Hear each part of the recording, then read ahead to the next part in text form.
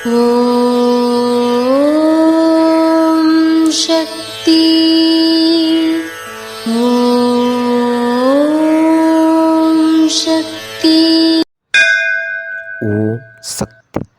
ஒரு செடியை நடுகின்ற போது தனக்கு ஆகாத செடி இது என்று கருதி வேறொரு செடியை நடுகிறாய்.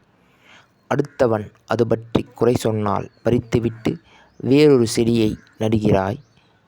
செடிகளை நடும்போது பல தொல்லைகள் ஏற்படுகின்றன. வளர்ந்த பிறகு பூச்சிகள் அழிக்கின்றன. அதை கட்டிக்காக்க பொருளாதாரம் இடம் தர மாட்டேன் என்கின்றது. எல்லா நெருக்கடியும் கடந்து விவசாயம் பலம் தரும்போது அதன் பலனை உணர்கிறாய். அப்படி மரமாகி பலன் தருபவை உனக்கு மட்டுமின்றி உன் சந்ததிக்கும் பலன் தருகிறது. அதுபோலவே நீ ஆன்மீகத்தில் ஈடுபடும்போது பலர் உன்னை பலவிதமாக பேசுவர். பல இடையூறுகளும் வரும். வீட்டிலும் தொல்லைகள் வரலாம்.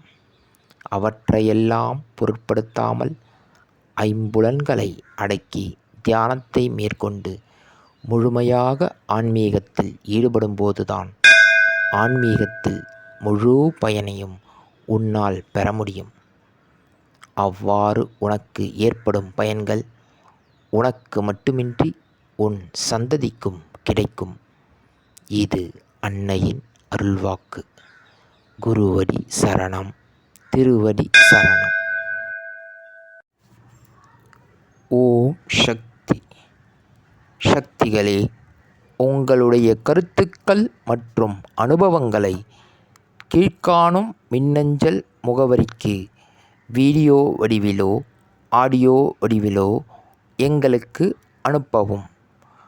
மற்றும் மறுவூர் மகிமை யூடியூப் சேனலை சப்ஸ்கிரைப் செய்யவும். ஓம் சக்தி.